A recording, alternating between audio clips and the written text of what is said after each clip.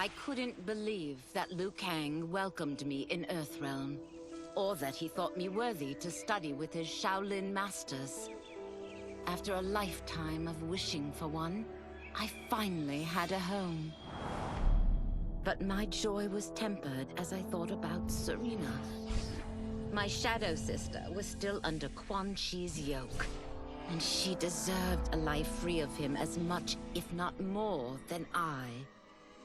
Quan Chi and my other sisters proved tenacious, but they were no match for my blade. I snatched Serena from them.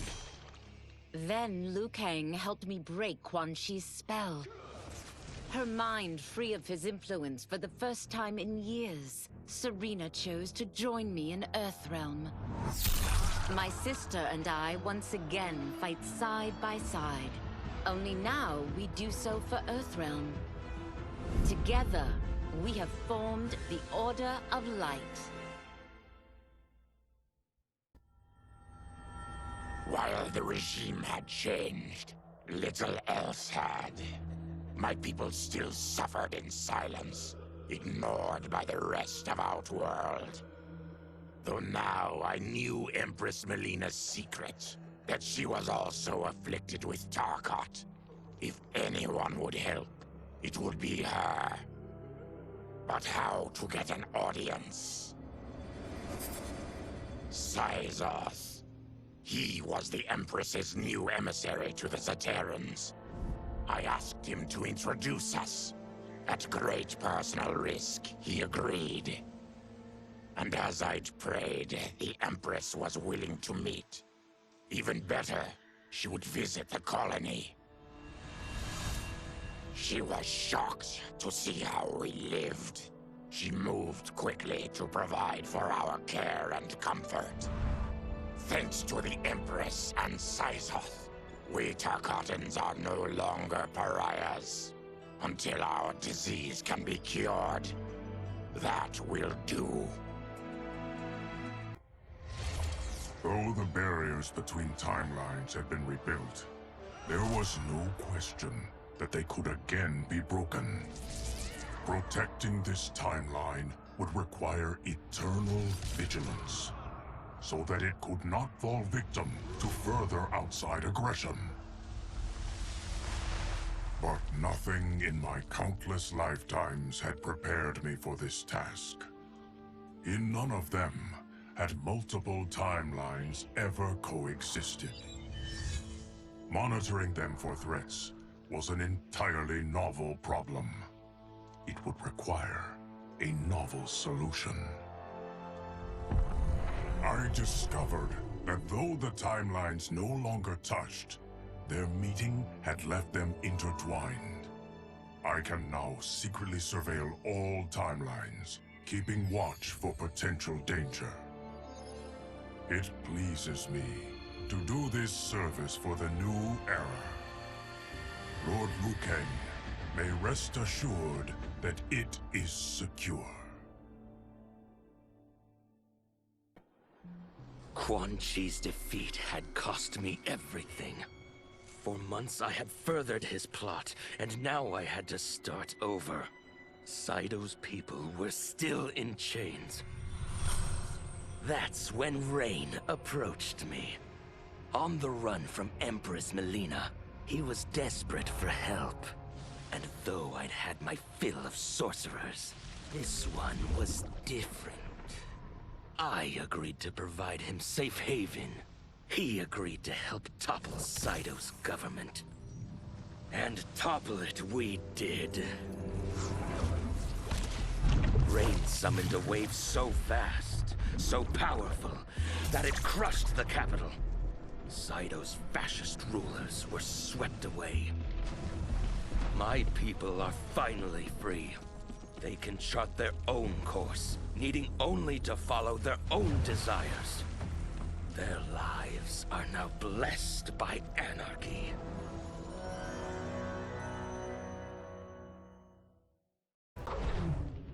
Since this whole thing kicked off, I'd wondered why Liu Kang chose me to be a champion. I mean, sure, I was killing it as a martial arts star, but it's one thing when it's all for show. It's different. And you're playing for keeps. Then Liu Kang let me in on his master plan. He wanted the masses to know about the world beyond them, the one filled with gods and monsters, and he wanted me to tell them about it. But I knew revealing the truth all at once would be too shocking of a plot twist for most. That's why I pitched doing a bunch of stories, to slowly get people used to it. And if there's one thing I can do, besides kick ass in combat, it's build a cinematic universe. I'm serving up movies, streaming series, games, you name it. I like that I'm doing a public service. And it doesn't hurt that I'm making more than a few bucks. It's the kind of synergy that would make any studio mogul proud. I wasn't looking for allies against the Yakuza, but I found one in Special Agent Jackson Briggs. He'd heard gangsters plotting to kill me on a wiretap and came calling, hoping I'd be his informant. We planned to part ways when we got the job done. But then, Shang Tsung showed up to steal Sento. Needless to say, Jackson had questions. It blew his mind to hear that the stories in Johnny's movies were real. Once the shock wore off, Jackson quickly sized up the threats Earthrealm faced. To deal with them, he got his bosses at the FBI to form the Outworld Investigation Agency. When he asked me to sign on, I hesitated. After all, me? A government agent? But it's an important job. And more importantly to me, an honest living.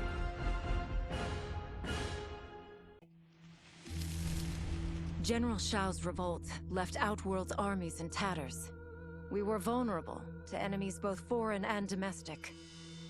That's why my sister asked me to take command, to stitch her military back together and purge Shao's loyalists within it. She trusted only me with the task. The soldiers, however, had little faith. They thought me a spoiled dilettante, unprepared and unfit to serve.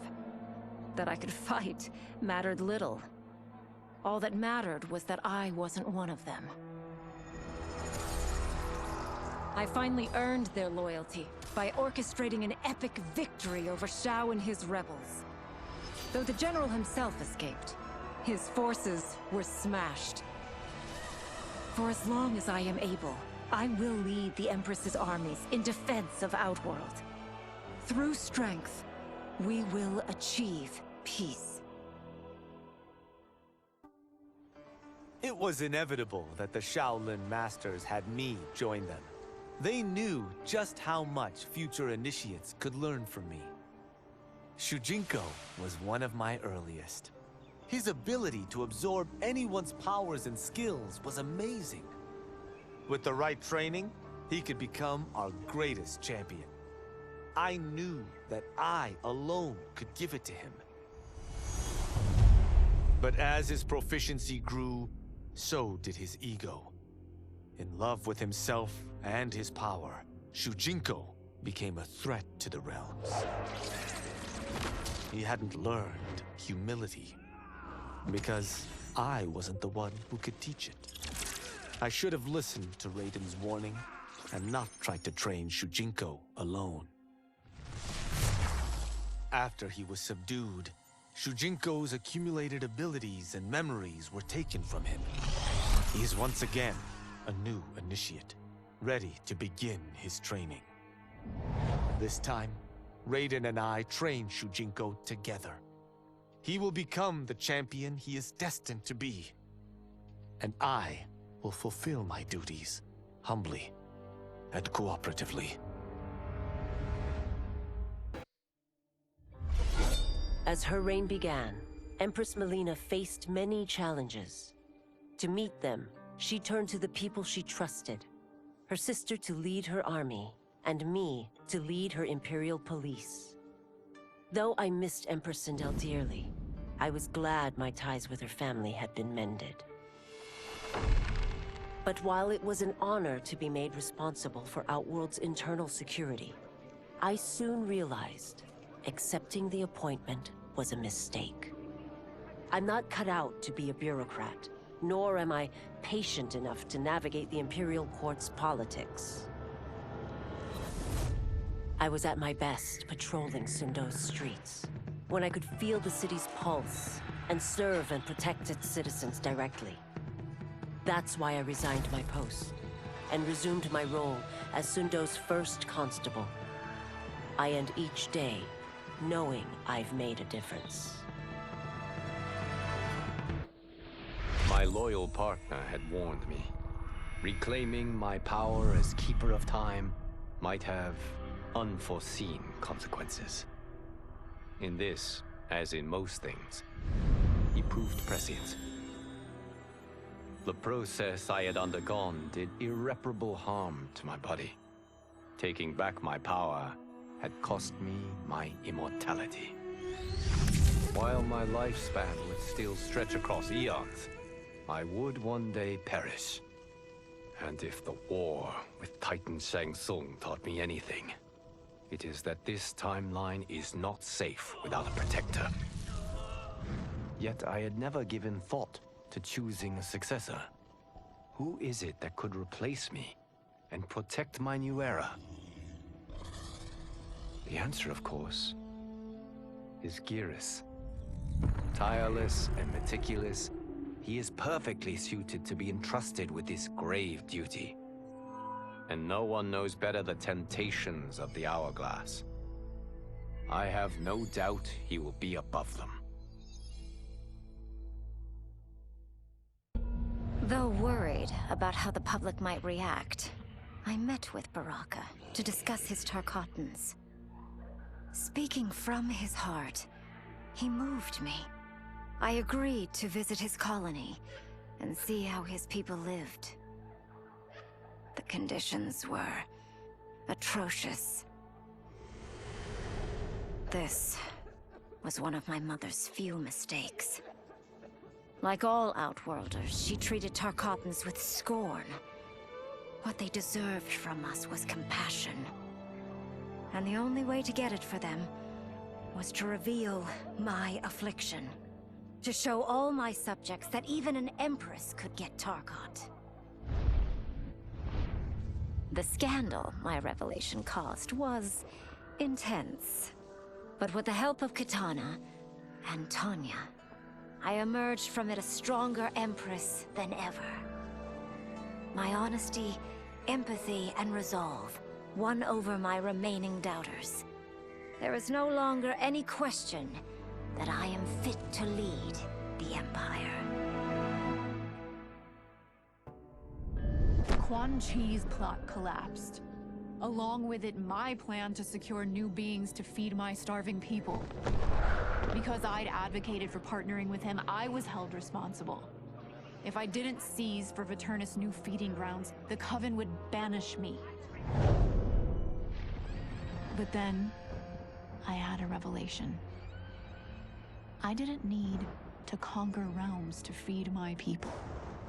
I simply needed to capture enough beings to breed them.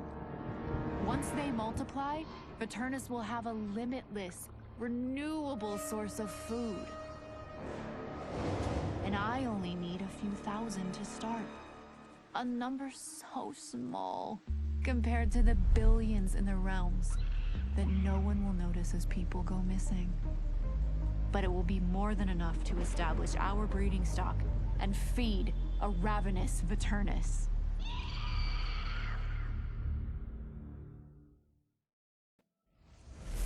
Were it not for my godly counterpart, I would not have survived the battle against Titan Shang Tsung. Meeting him, though, raised questions. Why did I replace him in this new era? Why was I made mortal? Lord Liu Kang told me of his Raiden's nobility and righteousness, about his steadfast leadership in the defense of Earthrealm. He also told me about Raiden's dark side, how he could be consumed by rage and cast aside the rules he otherwise lived by.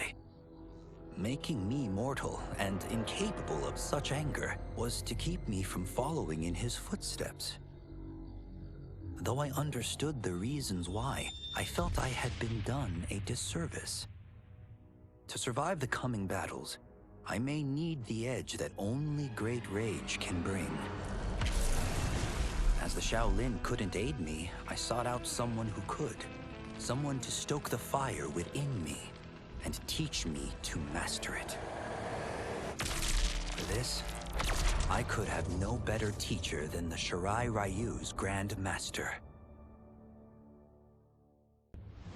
To elude capture by Empress Melina, I joined Havoc's crusade in Saido. There, I summoned more magic than I thought possible, and drowned out the old regime. Havoc's longed-for anarchy had been achieved. He was more than satisfied. But I was left empty and broken. Had I been satisfied as Outworld's High Mage, not let myself be tempted by Shang Tsung, a great city would not now lay in ruins. I've caused devastation, ended thousands of lives, all because of my blind ambition. I've betrayed my oath, my sovereign, and my realm. These high crimes merit punishment, and I'll accept whatever the Empress gives me. My only ambition now is to one day be forgiven. With General Shao freed from prison, we began raising a new army against the royal family. Though many were eager recruits, few were good at soldiering. It was so bad, the general was forced to change tactics. He decided that we needed a doomsday weapon.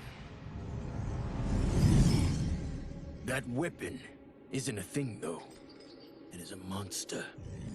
Onaga, the Dragon King.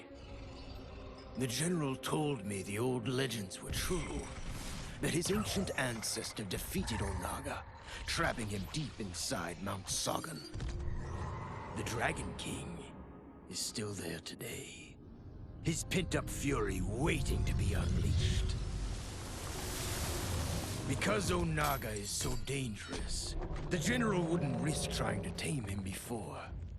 But now, he feels we have no choice. Though I likely won't survive, I accept this mission gladly. I can think of no greater honor than to give my life in the general's service.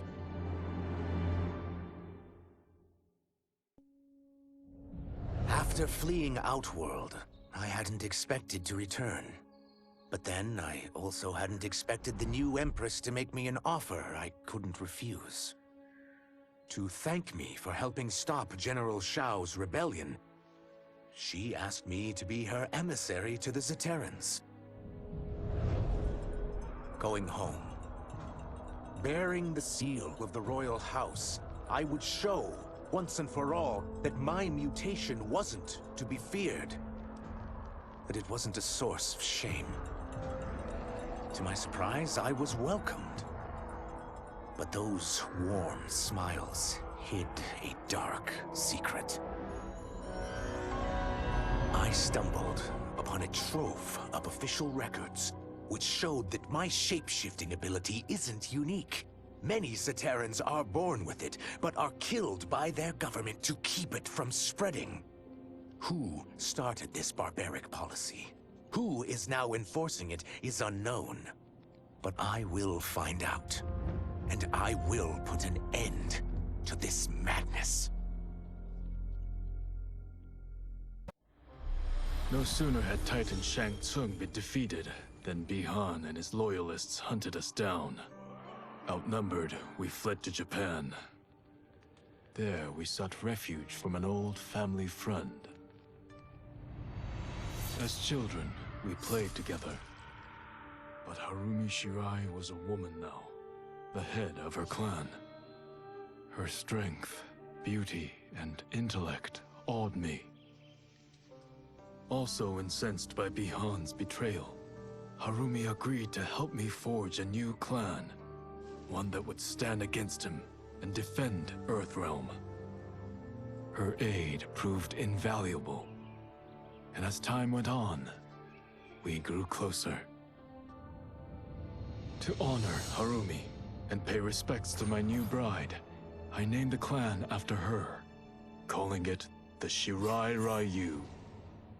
Now the battle against my brother begins in earnest. The Shirai Ryu won't rest until Bihan is defeated and the Lin Kuei's honor restored. After escaping Lei Chin prison, I was hounded by the Imperial Police. I needed a place to hide and to recuperate while I plotted the best way forward. I knew the remote canton of my youth would be perfect. To escape capture, I traveled by sea. Little did I know that a gargantuan storm was brewing. My tiny craft was smashed apart. I closed my eyes, waiting to drown, hoping that the Netherrealm wouldn't claim my soul. But when I reopened them, I found myself not in hell, but on a deserted island. From its ruins, I could tell that great sorcerers had once lived there. In the caves beneath the ruins, I found what I can only describe as a well of souls. Once I learn how to wield its power, I will become invincible. The battle had been lost, but the war isn't over. I won't stop fighting until I take Outworld's throne. That they thought Lei Chin prison would hold me is laughable. Once free, I began planning my next campaign.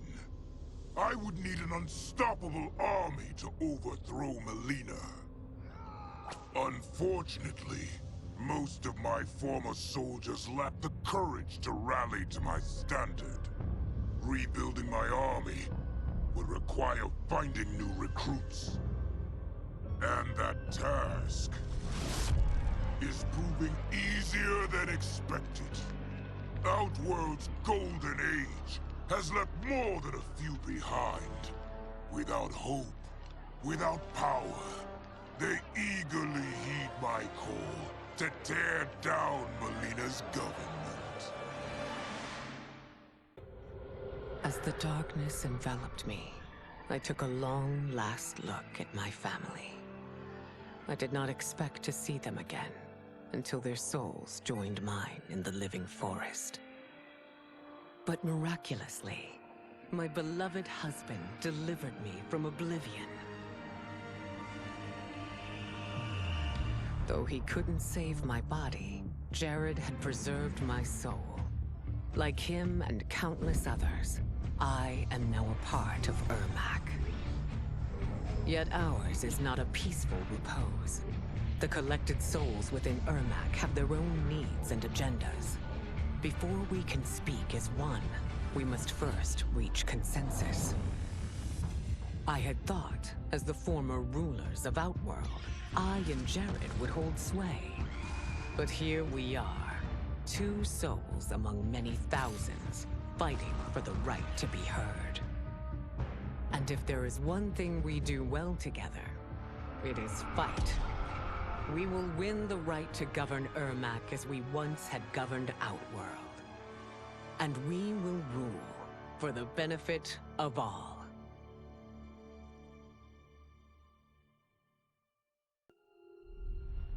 Kuai Liang and I were working hard to build our new clan. But even with the help of his close friend Harumi, it was difficult. The biggest problem was finding the right initiates. Then, one night, while walking outside Harumi's compound, I was attacked. I thought at first it was a Lin Kuei assassin, but his strikes were too uncertain, too angry. My attacker, it turns out, was a boy. Homeless and hungry, his assault was born of desperation. He needed money so that he could eat. It was like looking at myself 15 years ago. I would have ended up just like him if the Lin Kuei hadn't taken me in. So I took the boy to Kuai Liang, who also appreciated his fire. We made him our first initiate.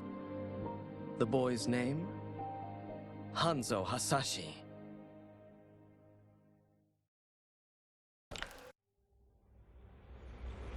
I had broken the Lin Kuei free of Liu Kang's enslavement. We were now masters of our destiny, and could take our place among Earthrealm's great nations. But taking and holding territory would require a vast army. I needed more fighters to make our presence felt. Then I recalled Shang Tsung's dragon warriors. An army of them would be unstoppable. But trafficking in such strong magic would surely draw Liu Kang's attention. Sector advised that we avoid detection by building our army using science, not sorcery. We've invested much into this endeavor, and we are beginning to see results. Once again proving the depths of Sector's genius. When we are done, all of Earthrealm will honor our desires and heed our demands. If not, they will face the Lin Kuei's wrath. Until recently, I hadn't met Blaynethemayne, but I had heard the stories. How the Umgadi's matron superior blamed her for not preventing Emperor Jared's murder. How she quit in disgrace rather than accept punishment. But those stories didn't fit the woman I now knew. Blaynethemayne would never have been so negligent. Eventually, I uncovered the truth. The failures and mistakes which led to the Emperor's murder, they resulted from poor decisions made by the matron superior themselves. They made Blaynethemayne their scapegoat. When the Empress found out, she wanted the Umgadi disbanded. But I convinced her that it could be reformed. To make sure it did, she put me in charge. I am humbled by this sacred responsibility. The Umgadi, my sisters, they are my life. I will not let them be brought down by the acts of a selfish few. Desperate to avoid defeat, Titan Shang Tsung had stolen me from my timeline to set me against Liu Kang. He assumed a Viltrumite would shift combat in his favor. Shang Tsung was right, of course, but he was blinded by ambition and failed to consider that my only true loyalty is to the Viltrum Empire. In my home timeline, my mission to pacify Earth for Viltrum had been left incomplete. I thought I could redeem myself by delivering this new timeline. New realms, new species, all ours for the taking. For a few years, annexing realms satisfied the Empire's hunger for conquest. But my people have excellent memory. I knew sooner or later we would return to our own timeline, to Earth, to finish my original mission.